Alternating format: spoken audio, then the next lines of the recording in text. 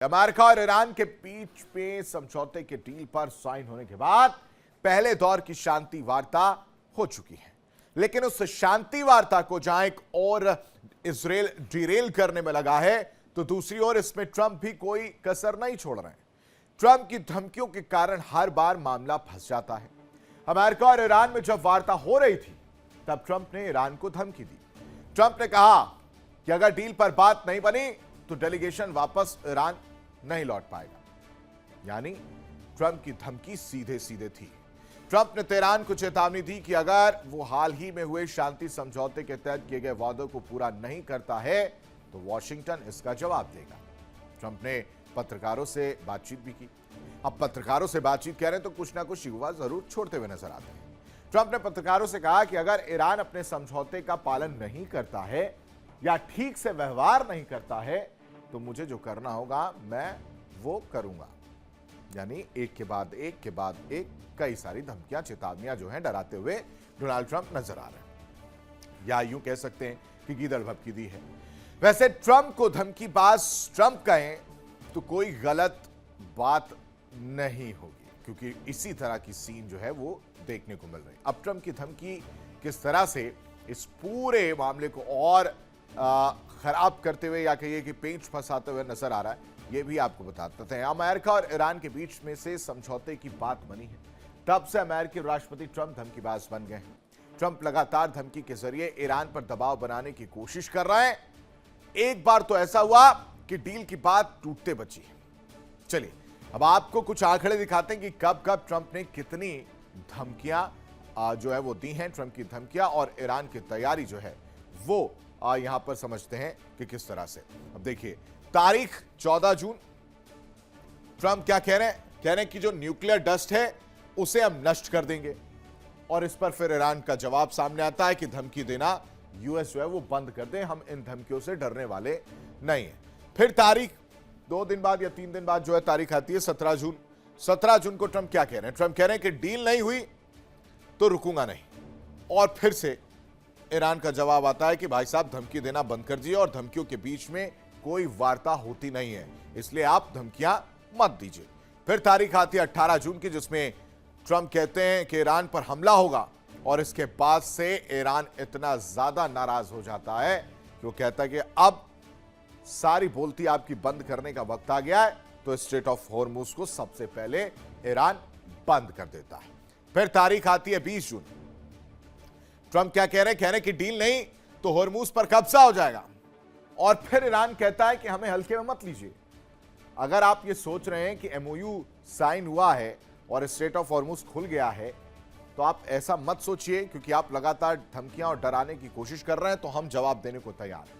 हम अभी भी तैयार हैं कि अगर आपने थोड़ी सी भी हिमाकत की तो हम जवाब दे देंगे। दूसरी तरफ 21 जून की तारीख आती है तो कह रहे हैं कि ईरान को जोर से मारेंगे, और फिर उसके बाद से ईरान ने कहा कि अब तो बहुत ज्यादा हो गया है, ऐसा करते हैं कि यहां से निकलते हैं।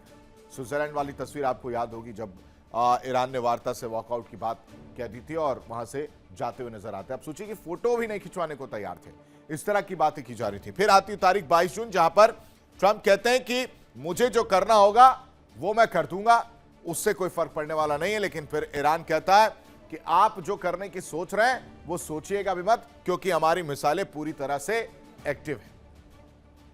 यानी ईरान ने मिसाइलें एक्टिव की हैं। ये वो तारीख है जब जब ट्रंप ने धमकी दी है, और उसके बाद से ईरान की तरफ से जो है जवाब देखने को मिला। इस बीच एक बड़ी खबर आपको बताते हैं। स्विट्जरलैंड वार्ता के बाद बड़ा फैसला, ईरान से डील पर ट्रंप का बहुत बड़ा दावा। कभी एटमी हथियार ईरान नहीं बना पाएगा, हमारे शासन में सभी ऐतिहासिक काम हो रहे हैं, ये डोनाल्ड ट्रंप कह रहे हैं। यानी अपनी वाहवाही करते हुए नजर आ रहे हैं, अपने शासन की वाहवाही जो है वो करते हुए नजर आ रहे हैं। स्विट्जरलैंड वार्ता के बाद ये बड़ा फैसला है, जिसमें ये कहा गया, ये दावा कि ईरान से डील पर ट्रंप दावा कर रहे हैं कि कभी भी एटमी हथियार ईरान नहीं बना पाएगा, और ये सब कुछ हमारे शासन में हो रहा है। यह ऐतिहासिक काम जो है वो हमारे शासन में ही हो रहा है। यानी अपने मियां मिट्ठू जो है वो बनते हुए नजर आ रहे हैं।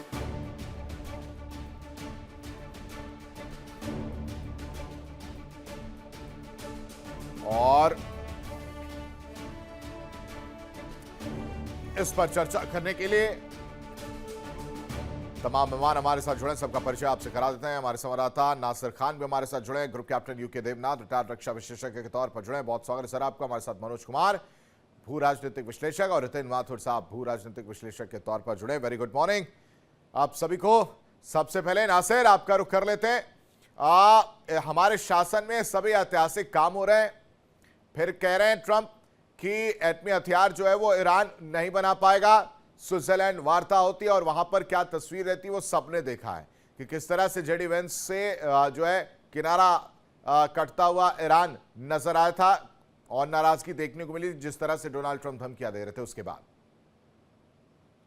बिल्कुल, देखिए आशीष, जितनी दफा हमने देखा है कि जो भी वार्ता आज तक हुई है उसमें कहीं ना कहीं ईरान की नाराजगी जो है वो नजर आती हुई देखने को, चाहे पहली पीस टॉक्स की बात करें, दूसरे की बात करें, या स्विट्जरलैंड में जो होने वाली है उसकी वार्ता की बात करेंगे, तो ईरान कहीं ना कहीं अमेरिका की समझौतों पे, अमेरिका की सॉरी टर्म्स एंड कंडीशन पे जो है एग्री देखने को नहीं मिला। जबकि ट्रम्प की तरफ से पूरी तरह से दावा जो है, हर तरफ से दावे किया गया है कि ईरान जो है वो न्यूक्लियर वेपन नहीं बनाएगा, वो यूरेनियम जो है ईरान को सौंपेगा या दूसरी कंट्री को सौंपेगा।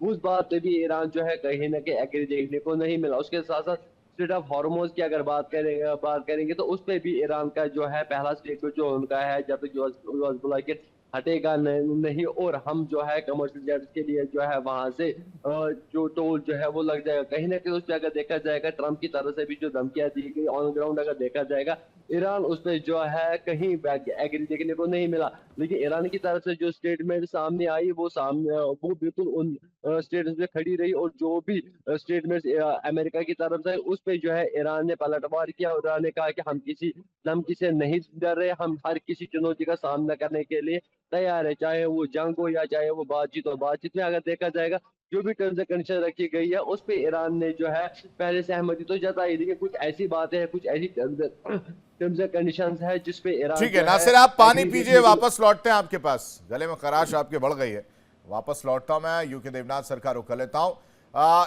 देवनाथ सर, हॉर्मुज में फंसे करीब करीब 11,000 नाविकों को निकालने का कार्यक्रम जो है वो शुरू हो चुका है, या कह लीजिए उसकी तैयारी शुरू हो चुकी है। लेकिन एक तरफ तो स्ट्रेट ऑफ हॉर्मुज बंद करने की बात आ रही है, तो ये चल क्या रहा है? खुला है या नहीं खुला है? कंफ्यूज करके रख दिया है आशीष। स्ट्रेट ऑफ हॉर्मुज खुला है, एकदम खुला है। अमेरिका कोशिश कर रहा है कि खुला रहे। हाँ। ईरान ने खोल दिया है, लेकिन ये अमेरिका की जो बयानबाजी है जिसमें वो बार बार ईरान को धमका रहे हैं। सर अमेरिका की नहीं सर, डोनाल्ड ट्रंप की बोलिए। डोनाल्ड ट्रंप की पर्सनल बोल दीजिए, क्योंकि अमेरिका अगर चाहते तो वहां पर जिस तरह से विरोध प्रदर्शन हो रहे थे उनको लेकर, तो वो नहीं देखने को मिलता। तो ये डोनाल्ड ट्रंप की पर्सनल कह दीजिए की बातें हैं जहां पर उनका ईगो सेटिस्फाई नहीं हो रहा है शायद। एकदम आशीष, एकदम सही आपने टिप्पणी की है। देखिए, स्ट्रेट ऑफ हॉर्मुज क्या खुला है? खुला है। ईरान ने अपनी तरफ से खोल दिया है, लेकिन अगर आप हर रोज ईरान की बेइज्जती करेंगे, फिर उम्मीद करेंगे कि ईरान जो है अपनी तरफ से दबाव नहीं बनाएगा, काउंटर प्रेशर नहीं देगा, तो ये उसका मतलब है कि लोग अभी भी भ्रम में जी रहे हैं कि ईरान घुटने पर आ गया है। ईरान एक ऐसा देश है, हम शायद दर्शकों को बताने में उचित रहेगा कि पिछले 300 साल में दुनिया भर के सारे देशों को अमेरिका ने, इंग्लैंड ने, फ्रांस ने, जर्मनी ने, पोर्चुगीज ने, डच लोगों ने गुलाम बनाया। ईरान एकमात्र देश जो कि 300 साल में किसी भी देश के नीचे गुलाम नहीं बना। ये उनकी मानसिकता को दर्शाता है। ईरान ने ना पोर्चुगीज को, ना डच को, ना फ्रांस को, ना जर्मनी को, ना इंग्लैंड को अपने यहां हावी होने दिया। तो फिर अमेरिका किस खेत की उपज है? बात यह है कि ईरान चाहता है कि स्ट्रेट ऑफ हार्मुज खुला रहे, क्योंकि उनका खुद का सर्वाइवल है उस पर। और उस सर्वाइवल के लिए क्या गेम चल रहा है सर, उस पर भी हम जरा चर्चा करेंगे। मैं उस सेकंड पॉइंट पर आऊंगा, लेकिन एक बड़ी जानकारी जरा साझा कर लेते हैं। ईरानी एटमी प्रोग्राम को लेकर एक और बड़ी खबर सामने आ रही है। ईरान से एटमी वार्ता पर जेडी वेंस का बयान सामने। कह रहे हैं कि IAEA को ईरान ने निरीक्षण की इजाजत दी है। साथ ही साथ लंबे वक्त बाद IAEA पर्यवेक्षकों पर सहमति जो है वो बनी है। मनोज जी, स्वाभाविक है कि IAEA जो है ऑलरेडी शुरू से ही जो है वो इंस्पेक्शन वहाँ पे करते आया है। जिस तरह से ओबामा से भी जो एक डील हुआ था उसमें भी ये था। तो हम लोग देख ही रहे थे, वार्ता के पहले भी जो है IAEA वहाँ पे गए थे और इंस्पेक्शन किए थे और उनका रिपोर्ट था कि नहीं, यहाँ पे नहीं बन रहा है। तो ये एक नॉर्मल, मुझे ऐसा लग रहा है कि एक स्टेटमेंट है जेडी वेंस का, क्योंकि जिस तरह से वार्ता आगे बढ़ रही है और अमेरिका को ये दिखाना चाहता है कि किसी न किसी रूप में ईरान को मजबूर कर दिया है वो ये डील में आने के लिए।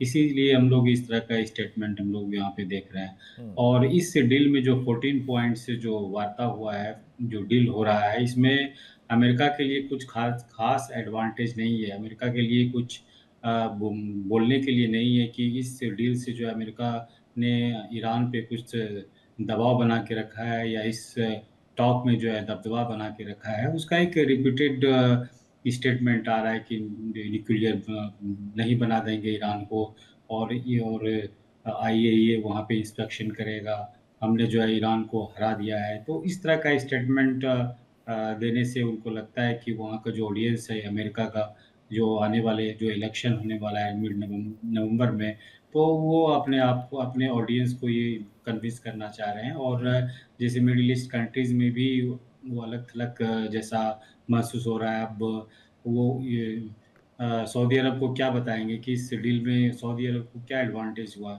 चाहे UAE क्या एडवांटेज हुआ है। तो हालांकि एक और स्टेटमेंट आया है कि जो भी प्रॉक्सी है लेबनान में हिजबुल्ला ईरान का, उसको जो है खत्म करना होगा। तो इसी तरह का जो रिपीटेड स्टेटमेंट है, ऐसा लग रहा है कि वो दे रहे हैं। वो रिपीटेड स्टेटमेंट माथुर साहब जो मनोज जी कह रहे हैं, वो रिपीटेड स्टेटमेंट सब कुछ तो खराब कर रहा ना। जेडी वांस को भी बोलना पड़ गया कि हम नेतन्याहू को कहते हैं, लेकिन वह डोनाल्ड ट्रंप भी ऐसे समय में बातें कह देते हैं या चेतावनी दे देते हैं जिससे माहौल खराब हो जा रहा है। ईरान नाराज हो जा रहा है, फोटो तक खिंचवाने को रेडी नहीं हुआ, चला गया वो। जी, ये ऐसा है कि सब बड़े बड़े पॉलिटिकल जो अब क्या हो रहा है कि जो लड़ाई थी वो अपनी जगह थमसी जैसी बोलनी चाहिए या कहना चाहिए कुछ हद तक टर्मिनेट जैसी हो गई है, सस्पेंडेड सिचुएशन में है। पर अब जो बातें चल रही है पीछे की बातें चल रही हैं। अब जैसे अमेरिका ने स्टेटमेंट दिया कि अब जेनेवा में जो लोग आए हैं उनको किडनैप कर सकते हैं। तो एक बार याद करिए कि जैसे अमेरिका, ईरान में बहुत सारे अमेरिकन थे, एम्बेसी के अधिकारी थे, उनको सबको किडनैप कर लिया था उन्होंने 1979 में। तो ये क्या, ये वही सिचुएशन क्रिएट कर रहे हैं? ये सोचने वाली बात है एक बात। पर ऐसा कुछ नहीं, इसमें पीछे की बात और आई है निकल के कि कुछ ईरानी चाहते हैं मैं किडनैप कर लूं। ईरान से बड़े बड़े जो जाते हैं ना, क्योंकि इनका बहुत सारे एसेट्स और फाइनेंस इनका वहाँ अमेरिका में रखा हुआ है, तो बोले यहाँ से लेके जाओगे तो हमारा कम से कम पैसा यूज करते शुरू कर देंगे और ईरान से भी छुट्टी हो जाएगी। एक बार पॉइंट ये है। और दूसरा कैसा है कि जो IRGC नाम का उनका जो एक प्रॉक्सी ऑर्गेनाइजेशन, एक प्रॉक्सी बोलना चाहिए उसको, और वो जो उसके पास पैसा उसको मिलना बंद हो चुका है, क्योंकि जो महीने की सैलरी मिलती थी एम्प्लॉयज को बंद हो चुकी है। बुरा हाल है उन लोगों का। तब ये स्टेट ऑफ हॉर्मुज़ पे जाके क्या दादागिरी करेंगे और हमारे अलग जाएंगे। तो ये दोनों चीजें इनको समझ में आ गई, तो इसलिए इन्होंने स्टेट ऑफ हॉर्मुज़ जो है लगभग खोल जैसा दिया है। और वो उन्होंने, अमेरिका तो बोल रहा है दोबारा तुम लोग आते हो सामने तो फिर मैं तुम्हें देखूंगा कैसे करना है। तो ये जो पूरी सिचुएशन इनके बीच में क्रिएट हो रही है इसी ढंग की है कि जो आपस की बातचीत है उसके पीछे दो पीछे के कारण भी चलते हैं। जो दिख रहा है सामने कि वो धमकी दे रहा है, ये बोल रहा है हम पीछे नहीं झुकेंगे, अब तुम्हारा बच्चा कुछ नहीं तुम क्या लड़ोगे, ये भी सोचना चाहिए ना। तो ये लोग की हालत इस तरीके से खराब हो चुकी है समझिए। जो अलार्म आपके फोन में बज रहा है माथुर साहब, वो अलार्म शायद मुझे लग रहा है उस तरह का अलार्म जो है युद्ध वाला, वो अलार्म डोनाल्ड ट्रंप जो है वो नहीं सुन पा रहे हैं। बड़ी खबर जरा दर्शकों को साझा कर लेता हूं, फिर वापस लौटेंगे। जेडी वेंस के बयान पर ईरान का भी पलटवार सामने आया है। अमेरिका के दावे को ईरान ने पूरी तरह से खारिज कर दिया है। IAEA निरीक्षण पर कोई बातचीत नहीं हुई है। जेडी वेंस के दावे पूरी तरह गलत हैं। Nasir, Donald Trump vice president भी क्या कहें कि बेवकूफ बनाने का काम कर रहे हैं या झूठ बोलने का काम कर रहे हैं। देखिए इंडिया डेली 24/7 अब आपकी स्मार्ट टीवी पर। इंडिया डेली मौजूद है सभी डिजिटल प्लेटफॉर्म पर लाइव और लगातार। इंडिया डेली 24/7 हर दिन राष्ट्र को समर्पित।